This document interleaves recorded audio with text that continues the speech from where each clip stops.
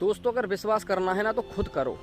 अपने ऊपर खुद विश्वास करो, अपने कर्म पर विश्वास करो, अपने काम पर विश्वास करो। जो चीज़ तुम कर रहे हो उस पर तुमको खुद विश्वास करना होगा। अगर तुम उसी विश्वास को किसी दूसरे के ऊपर आजमाना चाहोगे तो शायद हो सकता है तुम्हारा काम फेल हो जाए।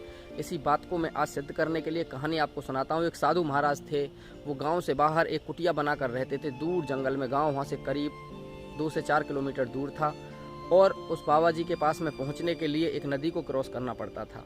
एक परिवार ने पूरा जिम्मा उठाया हुआ था कि हम साधु महाराज के लिए सुबह और शाम का खाना पहुंचाएंगे, उनकी सेवा करेंगे। तो साधु महाराज सेवा कर रहे थे। उनका मन था, उन्होंने प्रण कर रखा था कि मैं कोई ऐसी विद्या भगवान से अर्जित करूंगा, भगवान की आराधना अर्चना करके, कि मुझको पानी में चलने का कोई मंत्र मिल जाए जिससे कि मैं गहरे पानी में भी न डूबूं।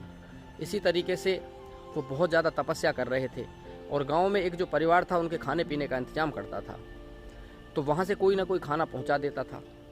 नदी थी, नदी को पार करना पड़ता था। थोड़ी मुश्किल तो थी, लेकिन साधु महाराज की सेवा का मौका मिला हुआ था तो वो भी लोग सोच रहे थे कि थोड़ा पुण्य कमा लें। दोस्तों, एक दिन की बात है, जिस घर ने साधु महाराज की सेवा करने का जिम्मा लेके रखा था, उनको जो वहाँ के जो मेंबर थे उसके घर में 3-4 ही आदमी थे। एक लड़की भी थी उसमें 12-13 वर्ष की। उसके पापा थे, उसकी मम्मी थी, एक छोटा भाई था। तो उसके पापा और मम्मी को कहीं जाना था तो उन्होंने उस लड़की से बोला कि आज सुबह तू खाना लेकर चली जाना और साधु महाराज से बोलना कि महाराज अब हमारे मम्मी पापा जो हैं कहीं बाहर गए हुए हैं तो शायद हम 1-2 दिन तक खाना नहीं दे पाएंगे। तो लड़की बताए हुए बात के अनुसार साधु महाराज के लिए खाना लेकर जाती है और साधु महाराज ने जब एक लड़की को आते हुए देखा तो वो बड़े अचंभित हुए कि आज तो कोई और ही खाना लेकर आया है। उन्होंने पूछा कि बेटा तुम कौन हो? तो उन्होंने बताया कि जो खाना लेकर हमारे पापा आते थे ऐसे ऐसे मैं उन्हीं की ही बेटी हूँ, वो मेरे पापा हैं। तो साधु महाराज बोले ठीक है बेटा, तुम बैठो, थोड़ी देर यहाँ पर रेस्ट करो, बाद में चली जाना। साधु महाराज ने खाना ले लिया और लड़की को थोड़ी देर विश्राम करने के बाद में बोले ठीक है बेटा तुम जाओ। लेकिन जाने से पहले लड़की ने बोला कि साधु महाराज अब मैं तुम्हारे लिए खाना नहीं ला सकूंगी क्योंकि मम्मी पापा शहर गए हुए हैं, शायद 1-2 दिन का विलम्ब हो सकता है। तो साधु महाराज बोले नहीं बेटा तुम्हें कुछ नहीं होगा, तुम खाना लेकर आना। अब लड़की वापस आ गई।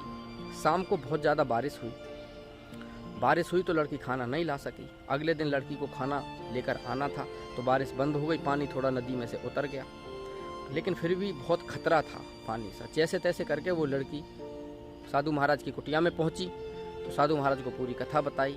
तो साधु महाराज जो अपने मंत्र का उच्चारण करते थे उन्होंने बोला कि बेटा तू एक काम कर, मेरे पास में एक मंत्र है, तू इस मंत्र का जाप करना और पानी में होकर आराम से चली जाना, क्योंकि बारिश हो गई थी तो पानी कुछ बढ़ गया था।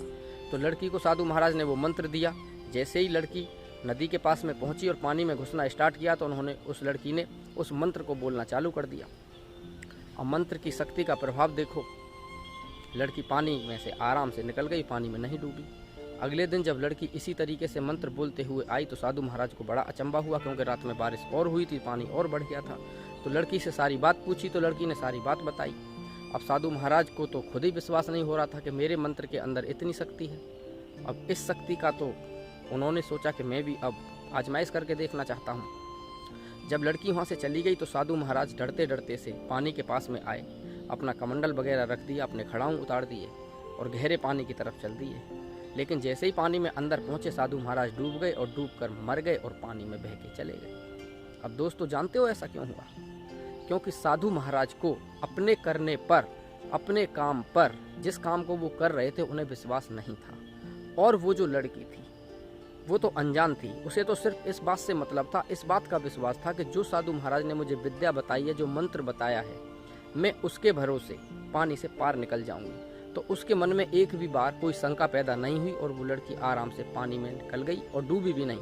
और साधु महाराज खुद वर्षों से तपस्या कर रहे थे, लेकिन उनको अपने उस काम पर, अपने मंत्र पर, अपने करने के तरीके पर कोई विश्वास ही नहीं था, तो वो इसलिए डूब गए। भगवान ने उनका साथ ही नहीं दिया। दोस्तों इसी तरीके से जब कई बार हम कोई काम करते हैं तो हमें अपने उस काम पर कोई विश्वास नहीं होता है, हम डर जाते हैं कि हम अगर ये काम करेंगे तो हमारा ये काम नहीं हो पाएगा।